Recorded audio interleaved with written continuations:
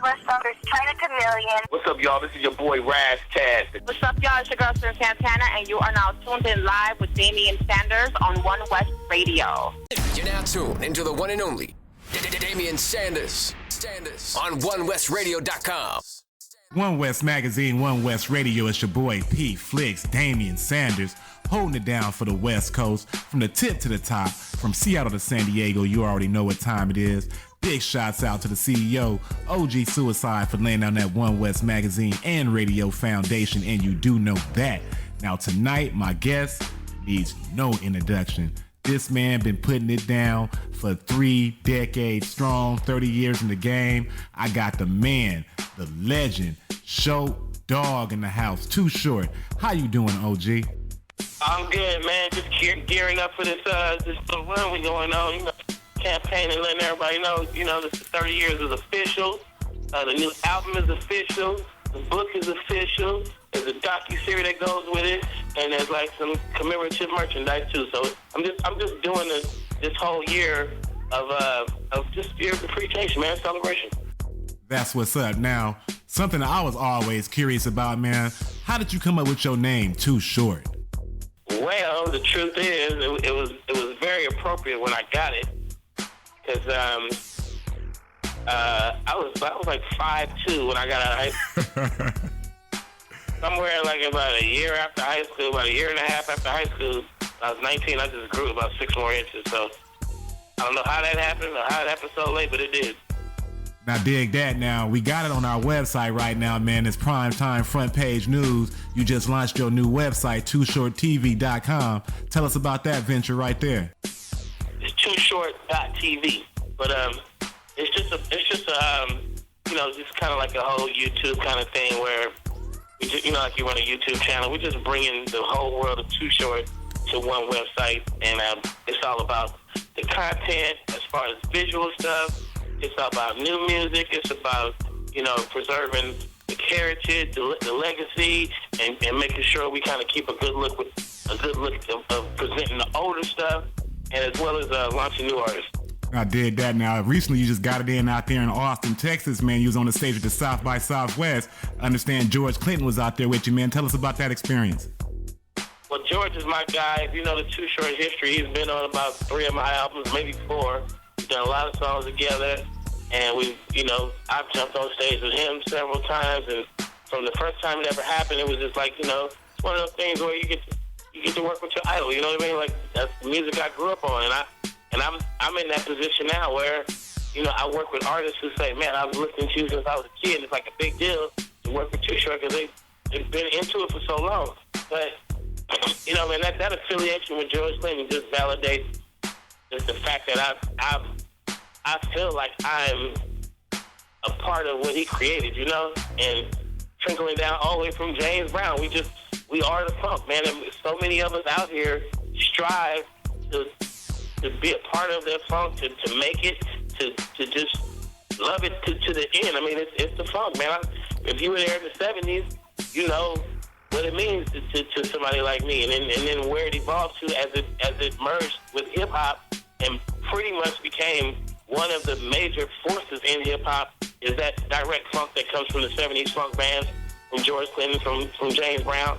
It's so much a part of hip hop now that we don't even, as the new generations, we don't even really like consider it being born from James Brown and George Clinton. We just like, oh, it's just funk.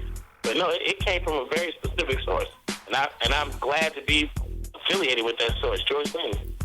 Already more than affiliated, man, all day long. Now, I ask people this question all the time, and now how did they get introduced to listening to rap music? And they might say Too Short all day long, but how did Too Short get introduced to rap music?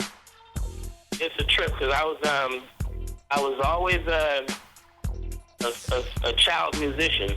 Where I'm trying to be in the elementary school band or the high school band, and I know how to read music, and I'm playing drums, and I even marched in the marching band a couple years. I like new music. And then when I was in 9th grade, I heard Rapper's Delight. And if you know rap music, we have been hearing things in the air before Rapper's Delight. Even like some Parliament records, they're doing like this talking chant thing that now we listen back, it sounds a lot like rap. There were there was stuff out, Lost Poets kind of stuff, man. There was stuff out that was that poetry that was already embedded in us. But then when we heard Sugar Hill Records market it and sell it as Sugar Hill Gang, Grandmaster Flash, and Furious 5, it was we just all took to it like fish to water. And the first time I ever heard a rap record, I thought to myself, I could do that. Yeah. I'm in the band. I was, I knew patterns and cadences. I could do it. And I sat there in 1980 with a little cheap radio and an instrumental, a record of some kind of jazz band or something that had this one funky remake of something. It was something, I can't remember what it was. It was an instrumental record that I had from the family collection. Uh-huh. I put the record on. I pushed click on my little one speaker tape recorder. I just started rapping into the microphone and listened back, and I could rap. And after that, I kept trying it. That was my early technique, was to find instrumentals and just rap to those instrumentals.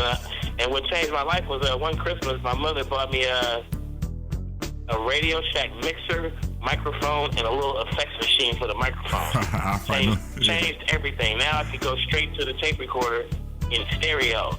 Changed everything. So he's a true MC. Now, once again, this is OneWest Magazine, OneWest Radio, man. We live with the legend on the line right now. Too Short. Now, I have a bunch of questions I want to ask, and I definitely want to ask this right here. Now, Ant Banks, man, when you guys got together, man, you guys always seem to put magic together. Now, how did that relationship with Ant Banks come about? So Ant Banks was working with an artist named Pooh Man. And Ant Banks had been around. He had worked with another rapper named MC Ant.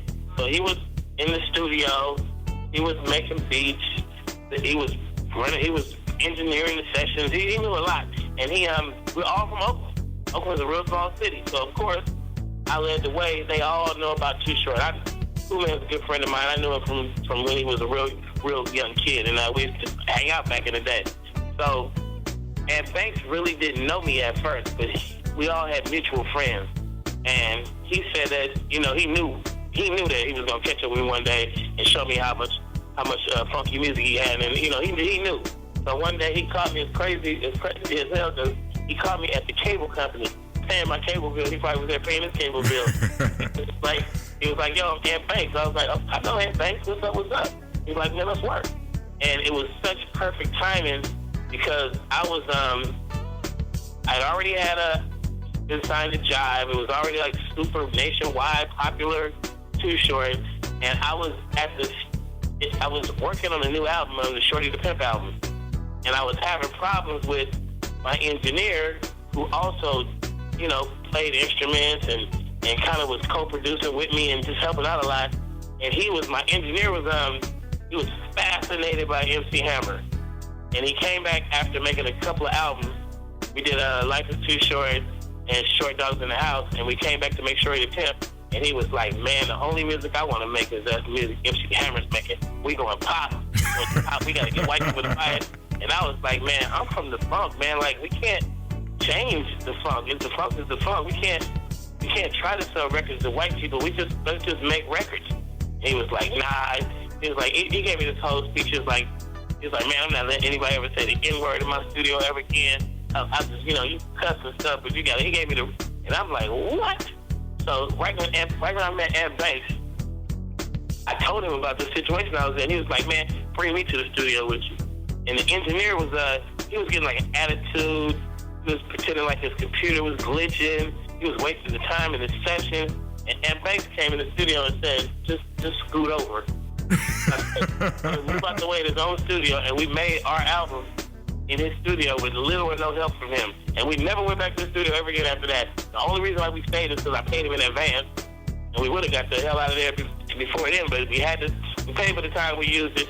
We made the Shorty the Pimp album, which I feel like, I listen to that album now, and I always remember the adversity I was up against making that album. I was working with an engineer who was sabotaging the sessions. Uh-huh. And Ant Banks came in and saved the day. That's how we bonded. We went back in after that. We made the Get In Where You Fit In album. We made the Cocktails album. We made the Getting It album. We made... You guys made history. Yeah, we made history. There it is. I don't got to keep naming them. But we made so many songs, and that's been, to this day, if you ever ask me who was my favorite person to work with, it'll always be Ant Banks. All day long. That's why I had to ask that question. Now, another one I had, now you're the perfect person to ask it. This is going to stomp you all day. Or maybe not. Now, for y'all, if you was stuck on an island somewhere and you're going to take one of your songs with you out of your entire catalog, released or unreleased, which one would it be and why? Oh, that's easy. That's an easy question, easy answer, because you said stuck on the island. So I would probably just have to take Freaky Tales, because it's one of my favorite Too Short songs, first and foremost. But then it's probably the one that talks about the most girls, the most pussy. And I would be like, I could just fantasize my way on the island. And it's about 10 minutes long. Exactly. So I get a new girlfriend every 8 bars. Now, all day long. Now, is there a new project on the horizon for Too Short that's coming up soon? Everything I'm doing right now is the title of it is called 3 Decades of Game, and that will be a book. It's like a coffee table book with a lot of pictures and some stories and stuff. Not like a novel. It's a fun book, and it's the album, which is going to be probably about 15 songs. And because it's my 30th anniversary, I have 15 more songs that I will probably be releasing, like part 2 of the 30th anniversary, and total out 30 songs to commemorate 30 years, So, but the first 15 is a dope album. It's Snoop Dogg on there, 2 Chainz, E40, T.I., Rich Montana. I got Ty Dolla $ign on there. It's a lot of appearances on there. And also there's a docu-series, a 3-part docu-series that goes through the early years of Too Short. Then we go through the gold and platinum years, and then we go through Blow the Whistle on up to now, and just what's been going on with Too Short for 30 years of hip-hop. All day long. And we're going to be celebrating that by featuring Too Short on the cover of OneWest magazine, man. 30 years, man, a legendary hip-hop in the game, man. He's influenced so many careers. Matter of fact, in particular, for people that don't know, you was real instrumental in giving Lil Jon and the Eastside Boys a break, correct? Well, I helped Lil Jon out in a major way by helping him out of a situation he was in. And then as I helped him out of that situation, we made a handful of like really hot records together.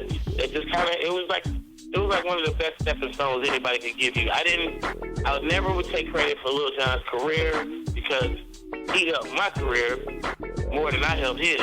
But at the same time, we have this understanding with each other. Like I'm so glad I met you, bro, because he extended my career from the mid '90s to now, which I really feel like I would have survived a certain way, but he gave me that supreme survival, and I opened that door for him. So we have this mutual appreciation for what we did for each other, and then look at him now. He's like, Lil Jon, he's a legend himself now. You guys definitely did it big right there. Your transition from Oakland out there to Atlanta, man, and that sound, man, definitely, man, is what, it stuck some steroids in Too Short's career. But the Lil Jon situation is something that I would have did for any one of y'all if I noticed talent in you, and I saw that you just had what it takes.